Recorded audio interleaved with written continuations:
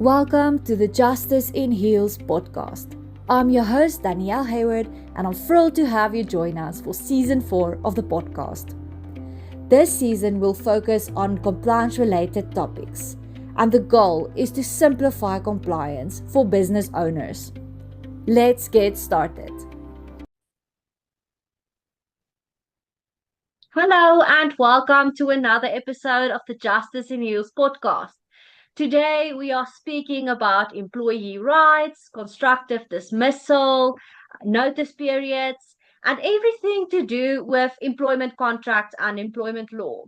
Joining me today, I have Gabriela Narodsky. Gabriela, welcome to the podcast. Thank you so much for having me. I'm so excited to be here. I'm also so excited because it feels like we've known each other for years. So Yeah, I'm really glad that we finally get a chance to actually collaborate on this. collaborate. It's long overdue. Definitely. So maybe for our listeners who've never heard about you or want to know a bit more about you, just tell us who's Gabby, what are you passionate about? Perfect. So, my name is Gabriela Narodsky, as you perfectly pronounced and have invited me so cordially. Thank you for having me once again. So I have been practicing for just over 7 years. I am currently also in corporate, full time with a company doing their legal and compliance work, and then part-time still practicing. Um, like I'm passionate about family. I love my family time. I love Pilates.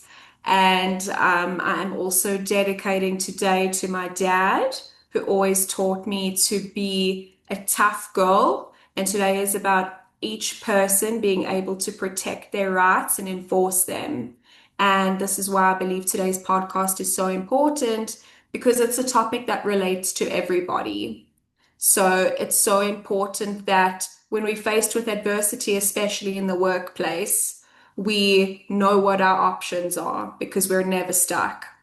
And that is something I'm also deeply passionate about, is people knowing how to protect themselves, especially when faced with the toughest challenges and when they don't think they have options and or they stuck. There's always an option. You're never stuck. You're never at a dead end. I love So that. thank you. I'm so excited for us to finally have this time together, and may it be the first of many. I hope so. I hope so. So like we said, we're going to speak about a lot of employment Different type things, of exactly. things. So I think there's been a lot of constructive dismissal cases in the media these Yes. last couple of weeks. So maybe just tell our Yes. listeners, what is constructive dismissal in terms of the law? Perfect. So, constructive dismissal is actually formally defined in the Labor Relations Act. Specifically, it's Section 1861E, which actually says that constructive dismissal takes place where an employee terminates the employment agreement with the employer with or without notice. So, what actually has to trigger constructive dismissal is a resignation. And it has also been recommended, like you've mentioned, there has been various case law on it, that an employee should try and fulfill a notice period to strengthen their case for constructive dismissal. So the employee leaves with or without notice to the employer when the employer has made the employment continually, intolerable for the employee. And the work environment and specifically the conduct of the employer, has put them in a position where they have no choice but to resign. Hmm. So that is constructive dismissal. It is a very high bar to prove, because I think so many employees are affected by It's not just saying that it's a toxic work environment or stressful or difficult. It actually is an objective test, which is quite stringent to meet, where you basically have reached a breaking point as an employee and there's no alternative for you. It's also suggested that an employee should explore the internal grievance procedures of whatever that may be within the company that they're in. So it could be approaching HR or emailing your employer directly to, explain what the circumstances are that are making your environment intolerable for you.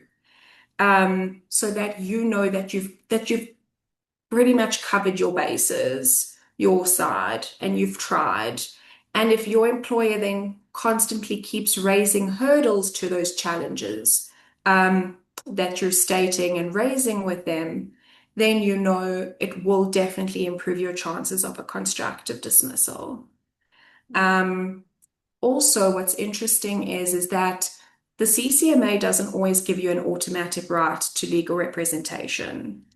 And with constructive dismissals, if you are lodging a constructive dismissal case, you are automatically entitled to legal representation within the CCMA. So there are definitely many mechanisms to protect employees. Like I said, and what I want to keep reiterating is that you are never at a dead end. The law will be on your side. Mm. So it's so important to explore whatever remedies you may have. And I really encourage whoever is in this position to reach out for assistance as much as they can. Mm. Um, So, and just sorry, just sorry. what you were saying was, I mean, I've just seen in one of the recent cases was constructive dismissal was described by one of the judges as insufferable and too great to bear. That's as high Mm. as it goes. Sorry, didn't want to interject you. No, sorry. Yeah, Mhm. this is just such a fascinating topic. So, I mean, Yes, you now gave us the definition as well in terms of the act, and you specifically yes, also mentioned the employer makes the employment intolerable. Let's just call it yes, insufferable. But let's say it's yes, actually another employee, a coworker, but your employer is basically not doing anything, and maybe there's HR. Would that yes. possibly also qualify as constructive dismissal or not really? So, Danielle, this is such an interesting question. And this is also what a lot of employees don't know is that it doesn't actually always have to be deliberate on the part of the employer. It could also be their own omission. So, if your employee is trying to raise grievances and going through the various levels of management, senior management, directors, whoever it may be, to raise whatever challenges they may have. And if the employer is just completely negligent in doing anything about it, or just omitting and completely failing to address it, then that would also be considered constructive dismissal.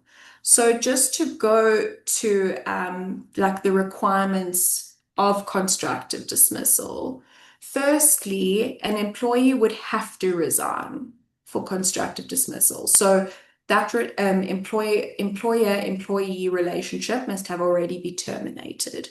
That's the first step. The second step would be that it would have to be as a result of the employer's wrongful conduct, which caused the intolerable working relationship between the employer and the employee, and therefore resulting in the breakdown. So, wrongful, we then look at that word, and that could be either intentional or negligent, which would be an omission. So, that's a very interesting question because it doesn't always have to be, like I said, deliberate or them trying to make it actively intolerable for the employee. It can also very much be as a result of them doing nothing, and that frustrates the process even more for the employee, Mm. if that makes sense. Yeah. Yeah, it does. But Which can is you very maybe interesting then, too. it is super interesting. Can you maybe give us a few practical examples of things that would maybe qualify as constructive dismissal? Of course. Or not, sorry, Um, not constructive dismissal, I mean making the working environment Leading to intolerable. it.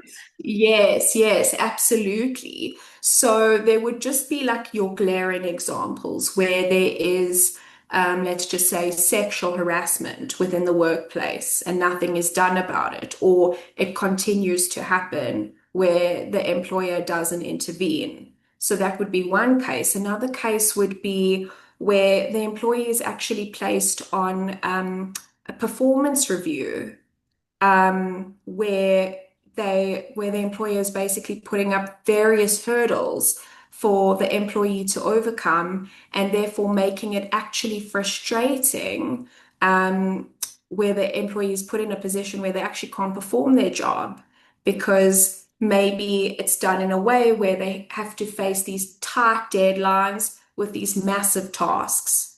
That's also another typical way of constructive dismissal, is also just very much frustrating the employee's ability to perform. It could also be where you are demoted. Um, the employee is demoted or has to take a pay cut, or or someone else could come in where they actually taking your role and you aren't aware of it. So, your employer is silently kicking you out. So it can come in various forms. Even, like I said, indirectly, where just nothing is done about the grievances that you're raising with your employer. So, and I think it's very important for an employee to just always evaluate every quarter, where am I? Have I been treated fairly? If there isn't, like, can I stand up? And you should always stand up. I strongly believe that. And it should especially be where you are looking at constructive dismissal, just building up your own case, documenting everything. If you've been demoted for no legitimate reason and it hasn't actually come to your attention, but your responsibilities are taken away from you and given to someone else, I think it's always important for an employee to evaluate their position, because I think it happens more than we know and that we're actually aware of. Hmm. So no, it's very interesting and it's quite nuanced. It's not as simple or straightforward as it may seem. Hmm. Okay. Yeah, that's a lot of nice examples. Can you Yeah. maybe tell us what proactive steps do you think employers can take to make sure that they are not on the, receiving end of these constructive dismissal claims? Absolutely. So it would be listening to your employees, checking in with the various divisions in your company, and literally working top to bottom of, I believe, not one employee is more important than the rest. All your employees, staff should be treated alike.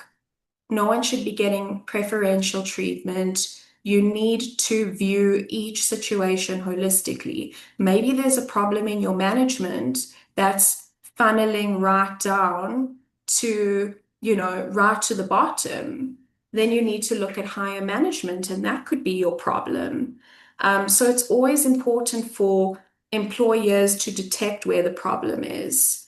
I think employers should also, you should have an open door policy that, allows your employees to come, and you should be approachable, and to also have carefully defined disciplinary procedures, grievance procedures, where employees shouldn't also feel like these processes are always red taped or that there's so much bureaucracy to reach the top. It should very much be an open and easy process. And if it is red tape, then that's a red flag. I personally believe your employees should all be made to feel like you, as their employer, you right at the top are accessible. Just because you're at the top doesn't mean you're more important. And I think that's a very important message. Everyone should be treated alike. That's just, something else I'm personally passionate about is no one is more important than you. Everyone has the rights to protect themselves sufficiently. And that's why the CCMA is open to everybody. Not one employee is better than another. Definitely. If that Um, answers your question about what steps employers can take. And it's not difficult to implement either. yeah, It's a I'm very really human glad. element. I'm really glad you also mentioned the grievance procedures and having that in place, and accessible, because I think a lot of employers tend to also, especially these days with AI being so accessible, I think a lot of people just get their grievance procedures from ChatGPT and then they're like, yeah, Yes, okay, I have a grievance procedure now. I'm compliant. It is what it is. But the thing is, if you don't exactly. understand what that grievance procedure is actually saying, and also you don't follow that procedure, then it's also not going to be of any assistance. Then you can just as well Exactly. not have anything in place. Honestly, you would be better off. Exactly. And that's what I said. It's such a human element. Just having a grievance procedure. I think every person needs to be completely accessible in this process, no matter what your hierarchies are within the company. Each employee should be put in a position where they feel like they can raise whatever grievance they are entitled to. Obviously, not abuse the process, and it does need to be legitimate. But right at the top, whatever management there may be, whether it's the CEO, the directors, upper management, everyone needs to listen and be cognizant of what your employees are going through. Mental health checks, too, I think are very important. Always check in with your team. Okay. Fantastic advice that you shared. So I want to Yes. move on a bit and maybe speak a bit about performance reviews.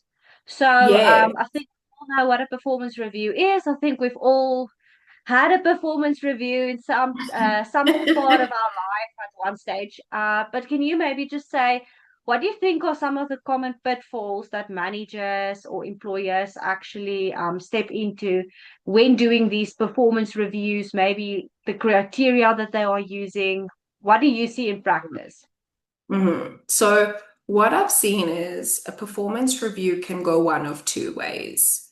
Either you really want to support the person in your team to enable them to improve and do the job. It could be that maybe the employee is just unsure of what the expectations of their role are, which is fair.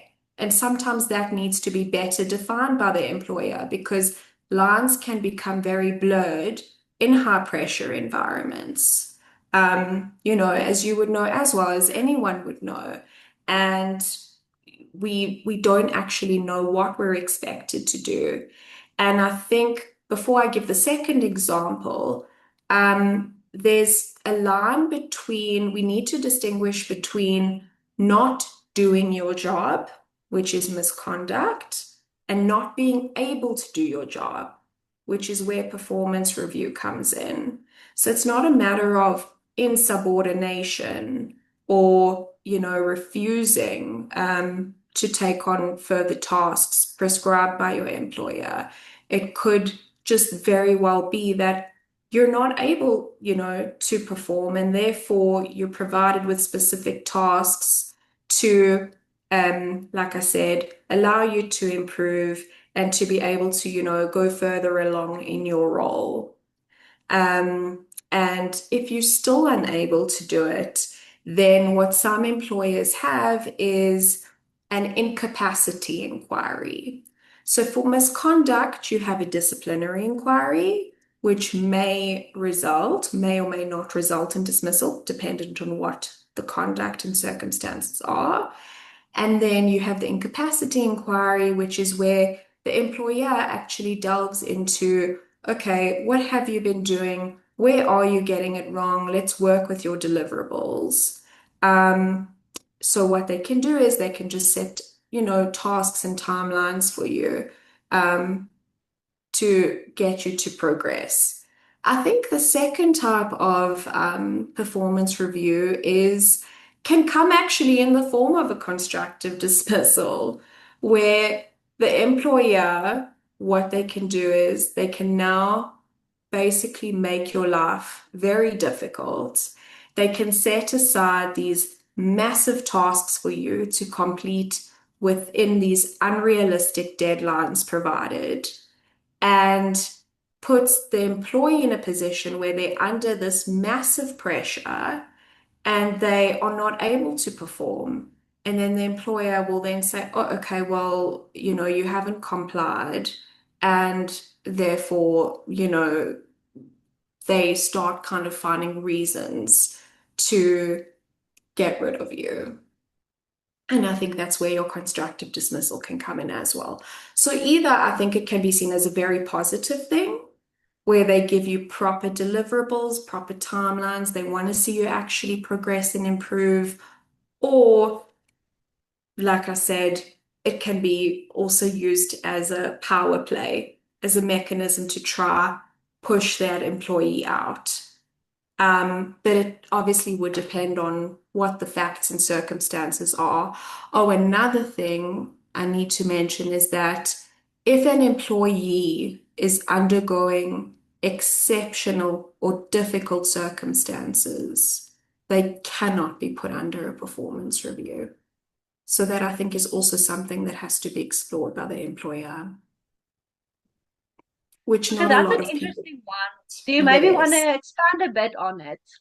Yes, of course. So if your circumstances at home are very difficult, if there is someone in your immediate family who is very sick and you're taking care of them, that could definitely well constitute an exceptional circumstance if you are very sick, or you're just going through a very difficult time that impacts your ability to perform, which are obviously out of your control. So if you've just, I'm just using an example.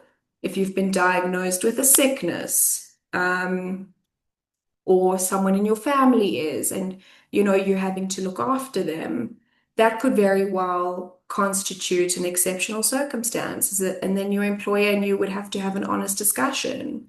And they then cannot place you on a performance review, especially let's just say you've just started a new job. Um, you've been placed on performance review within a month to 5 months or 6 months, and you're also going through trying circumstances. They would definitely be in no position to place you on performance review. It's unlawful. So I That's think that just, yes, it's another very important message. So employers out there listening to this, you need to always listen to your employees. What are they going through? Why are they not performing? Have that human conversation with them, check in with them before you make any decision. I think that's very important. very. I think another place where, and you've actually mentioned it now, where a lot of people go wrong with performance reviews is especially in the probation period when they've Yes. just employed another employee. I tend to see a lot that people will give like one bad performance review and say, sorry, you are not performing, but they don't really assist the employee to better their performance. And then after the, let's say, 3 months, they just say, oh, sorry, Nate, this is not working for me. You can leave, which is obviously not Exactly. allowed. So do It's you very maybe just hard. want to expand on like probation periods and what employers need to Yes. remember when they don't really want to, renew that or continue with the employment after the probation period? Yes. So, as everyone knows, and just to explain a probation period, everyone who signs a contract of employment, it's sometimes standard for that specific employer to provide you with a probation period, which could be 3 months, 4 months, where that's your initial period to really perform within. And if the employer is unhappy, they can terminate that employee's contract of employment on notice to them. It's usually a week that's provided.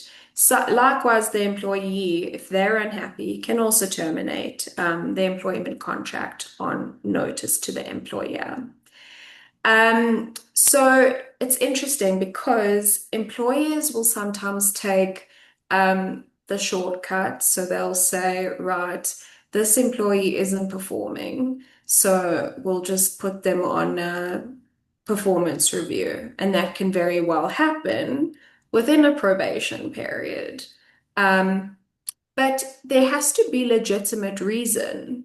So you have to, as you know, you have to ask yourself, well, why isn't this employee performing? Are they receiving adequate training? Maybe they're not. And in that case, you would have to evaluate why you're putting them on performance review. No one can just put you on performance review, especially, everyone stepping into a new job. It's daunting. Whether you've been in your industry for, you know, 10 months, 10 years, however long it may be, it's daunting. And that's why the employer has to have realistic expectations. So they can't, it can't be unfairly imposed on the employee to now be put on a performance review within such a short time of, being in their new job. It does happen. There has to be legitimate reason for it. And if for any reason the employee then decides to resign, they can still very much have a case for constructive dismissal against the employer. What employers can also do is, it doesn't signal it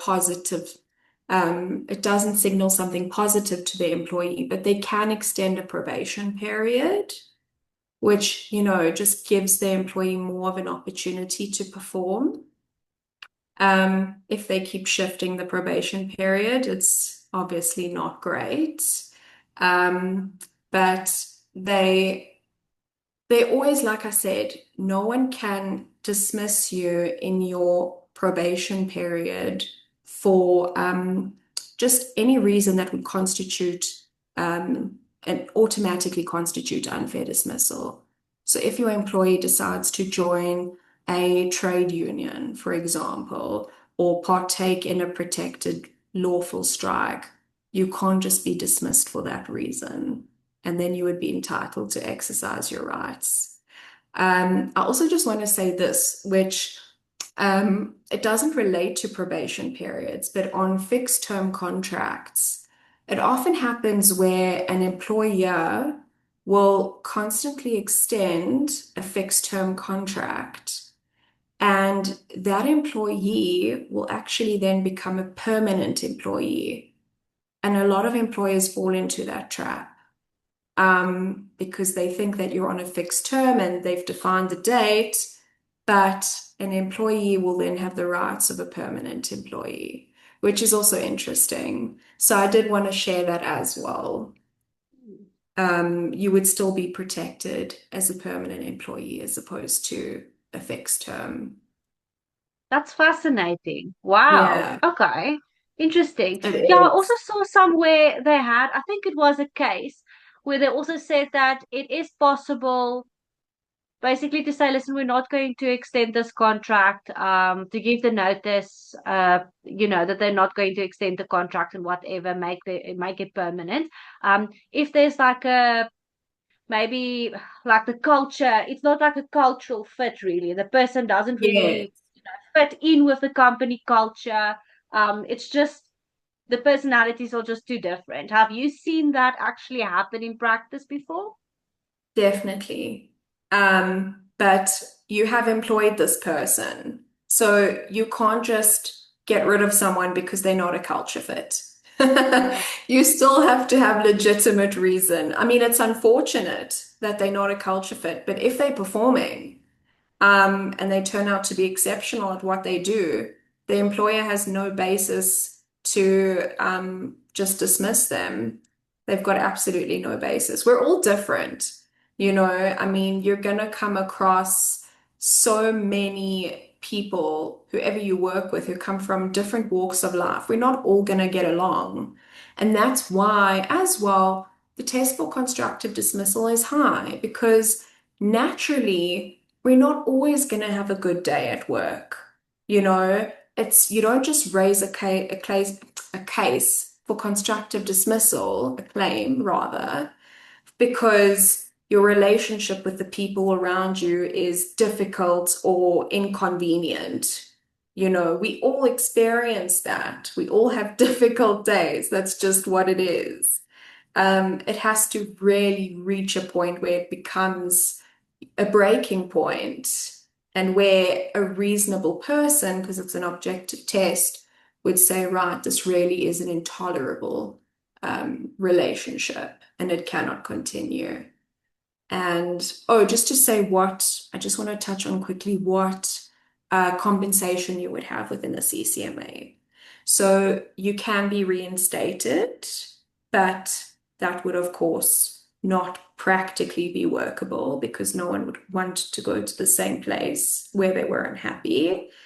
Alternatively, you would be entitled to compensation, and that would be assessed on when the constructive dismissal, came into play, and you would be paid on the basis of had constructive dismissal not occurred at all, what would you then be entitled to? So it would be assessed on that basis. You don't just lodge a case because you want some compensation. It's I'm sure employees try their luck, but that's just not the way it works. Yeah, oh, no, imagine. Um, but thank you so much for sharing all of your knowledge with us Of today. I really hope we course. can actually make this into a series because I think there's a lot more than we can say There's on this so topic. much. So, Absolutely. We're just getting started, you and I. yes, definitely. So, is there anything that you maybe want to leave our listeners with that you don't want them to forget? If they forget everything you said today, what must they remember? I want everyone who is listening today to just know that they are never at a dead end. If you are in a big corporate and it may seem scary because the guys above you, they wear the fancy suits and they call the shots, you should never be scared of them because you always have your rights to protect and you should always exercise and enforce them no matter who may be on the other side. Don't just don't give in to intimidation because I think it's very important to know that at the end of the day, you're a human being. And if your rights are being violated by anyone, doesn't matter how much they earn or how big they are, you can always protect yourself. And that's why the law is there and it's there to protect you. So that's my message for today. And if anyone wants any further, advice, then they're welcome to reach out. Right. And where can they reach you? Where can they connect with you? They can connect with me on LinkedIn, Gabriela Narodsky. Connect with me, reach out. I want to hear from you. Send me a message and we can chat. Thank you for listening to this episode of the Justice in Heels podcast. If you enjoyed this episode, feel free to share it with your friends on social media and tag us. As this podcast has a legal element, just a quick disclaimer that all views expressed in this podcast are not necessarily the views of the firms, companies, or brands that we are associated with. Until next time, goodbye.